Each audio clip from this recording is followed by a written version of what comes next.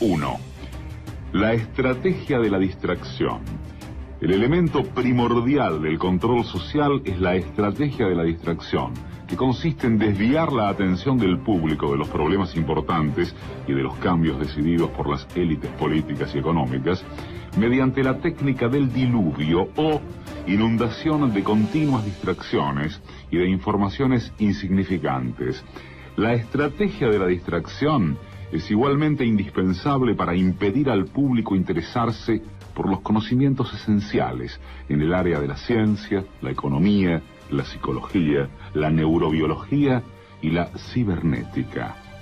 Mantener la atención del público distraída, lejos de los verdaderos problemas sociales, cautivada por temas sin importancia real, mantener al público ocupado, sin ningún tiempo para pensar, de vuelta a la granja como los otros animales. El ídolo adolescente Justin Bieber ha indignado a miles de padres con sus opiniones sobre el aborto y las violaciones. En vísperas de los exámenes finales se ha disparado el alquiler de pinganillos. Hay perros abandonados, los hay también maltratados, pero hay también muchos perros de hoy en día que llevan una vida bastante regalada en los hogares. Si sus amos reciben cremas o masajes o van a la moda, pues ellos también. 2. Crear problemas y después ofrecer soluciones. Este método también es llamado problema-reacción-solución. Es decir, se crea un problema, una situación prevista para causar cierta reacción en el público, a fin de que éste sea el mandante de las medidas que se desea hacer aceptar. Por ejemplo, dejar que se desenvuelva o se intensifique la violencia urbana, u organizar atentados sangrientos a fin de que el público sea el demandante de leyes de seguridad y políticas en perjuicio de la libertad. O también crear una crisis económica para hacer aceptar como un mal necesario el retroceso de los derechos sociales y el desmantelamiento de los servicios públicos. Empezamos con 8 casos, posibles casos, no siquiera casos confirmados, ahora ya son 10, porque se han incorporado 2 en las últimas horas y probablemente cuando termine el programa o dentro de un ratito hay alguno más, a lo mejor. Casi seguro que cuando terminemos habrá 12. Las primeras dosis de la vacuna contra la gripe A ya están en España y la ministra de Sanidad, Trinidad Jiménez, prevé que comiencen a administrarse en la primera quincena de noviembre. 3. La estrategia de la gradualidad. Para hacer que se acepte una medida inaceptable, basta aplicarla gradualmente, a cuentagotas, por años consecutivos. Es de esa manera que condiciones socioeconómicas radicalmente nuevas, neoliberalismo, fueron impuestas durante las décadas de 1980 y 1990. Estado mínimo, privatizaciones, precariedad, flexibilidad, desempleo en masa, salarios que ya no aseguran ingresos decentes, tantos cambios que hubieran provocado una revolución si hubiesen sido aplicados de una sola vez. Quiero anunciarle que el Gobierno aprobará la reforma laboral el próximo día 16, miércoles, en Consejo de Ministros.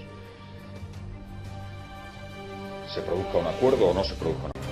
El Gobierno no contempla, después de las medidas adoptadas de reducción del déficit y consolidación fiscal, dentro de las que incluyo el techo de gasto para el presupuesto del año 2011, nuevas medidas.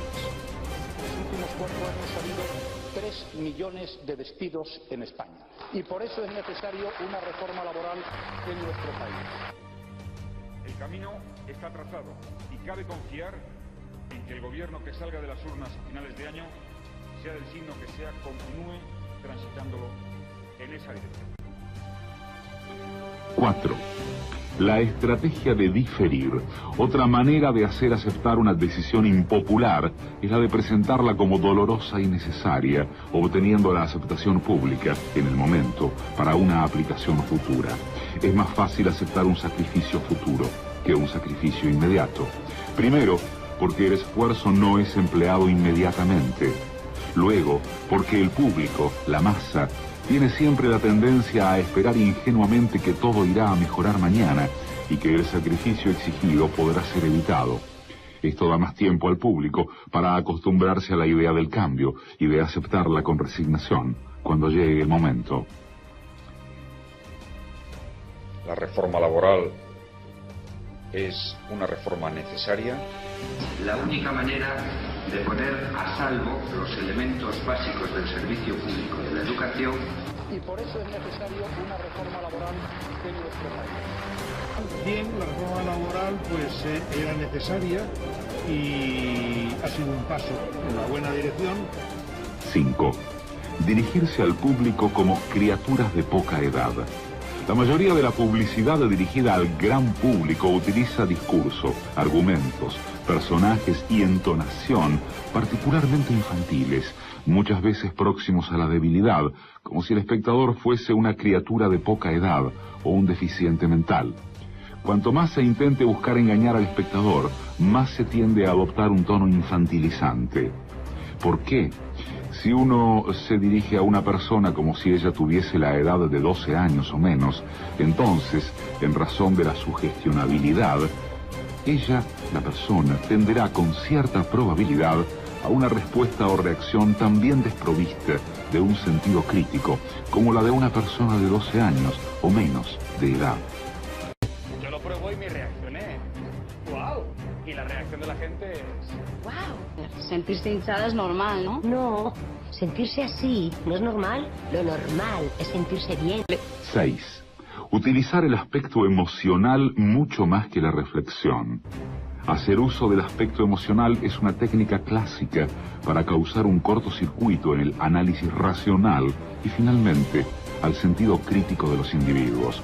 Por otra parte, la utilización del registro emocional permite abrir la puerta de acceso al inconsciente para implantar o injertar ideas, deseos, miedos y temores, compulsiones o inducir comportamientos. Carmen, ¿tú tienes hijos? Sí, además tengo una nena de tu edad. Pues qué bien, así cuando seamos mayores ella podrá ser la cuidadora de mis hijos.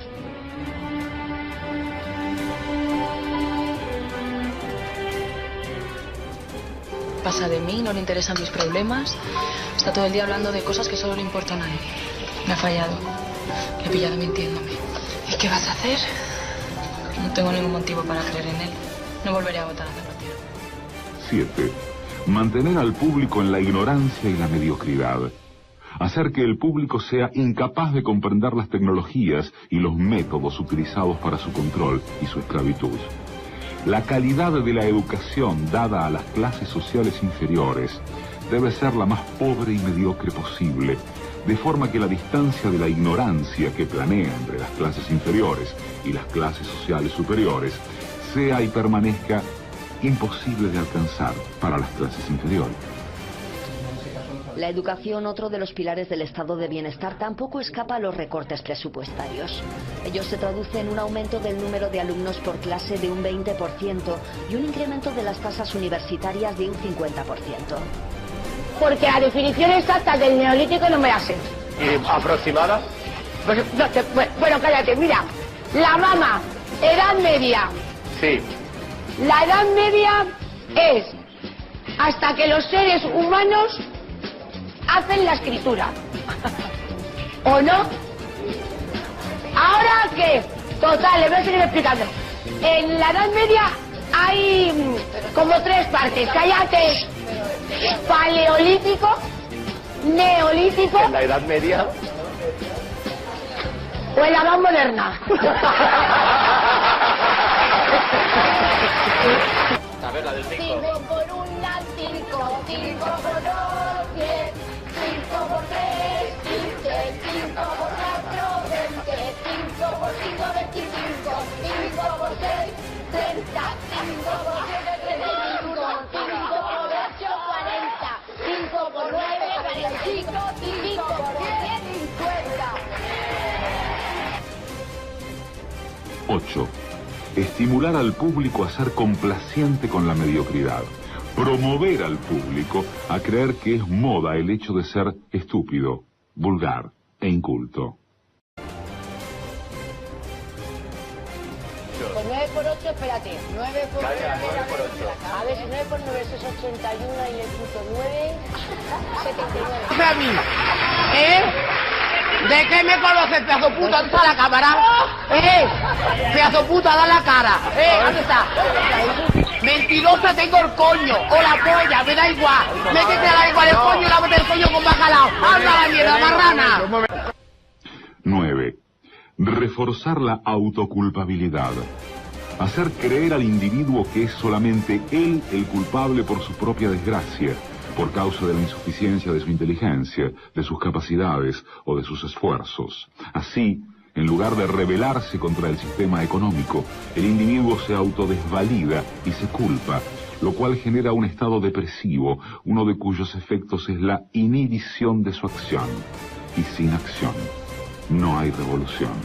Y en La Razón. Hemos comprado a crédito segundas viviendas, televisiones de plasma, viajes al Caribe, y eso no es razonable. Pero este argumento no es nuevo en el PP. Parece que tienen fijación con los que compran plasmas. Segunda vez que salen a relucir en una semana.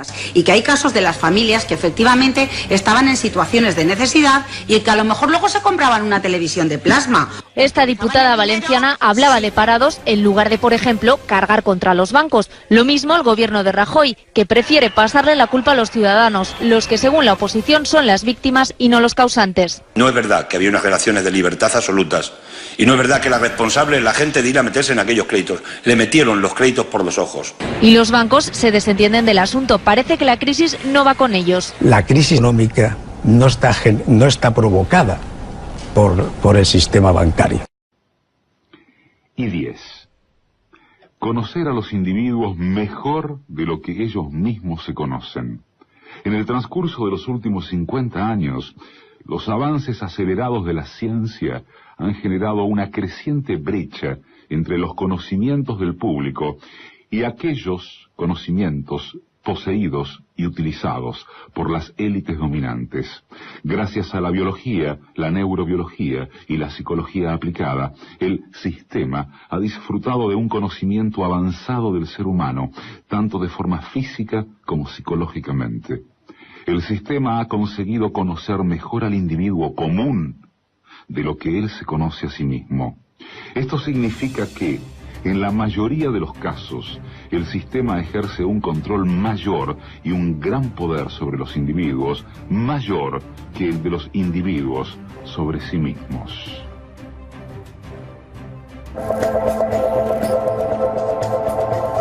Los psicólogos y los científicos llevan mucho tiempo intentando medir las emociones, pero también los directores de marketing. Y la comprensión de aquello que nos mueve interiormente, lo que motiva nuestras elecciones, es lo que las compañías de neuromarketing nos están ofreciendo cada vez más.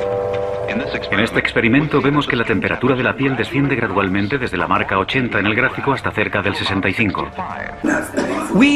Observamos las ondas cerebrales y tenemos 64 sensores.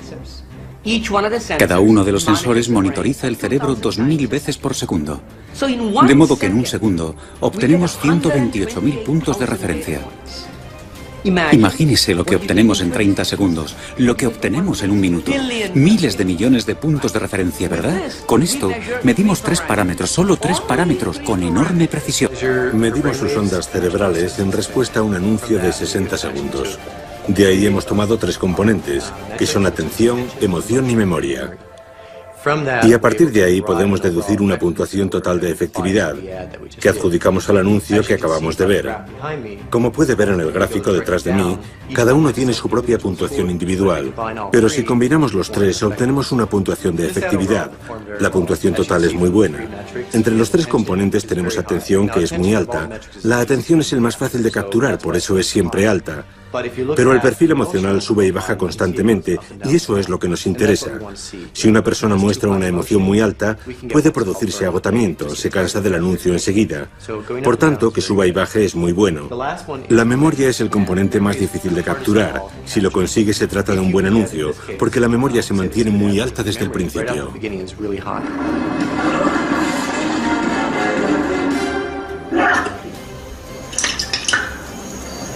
De pardo malo. Si conseguimos que la memoria suba, como vemos en el gráfico, que al final sube claramente, eso significa que mostrar la marca o el mensaje al final del anuncio es muy positivo. Y sabes que el consumidor se marchará recordando la marca o el anuncio.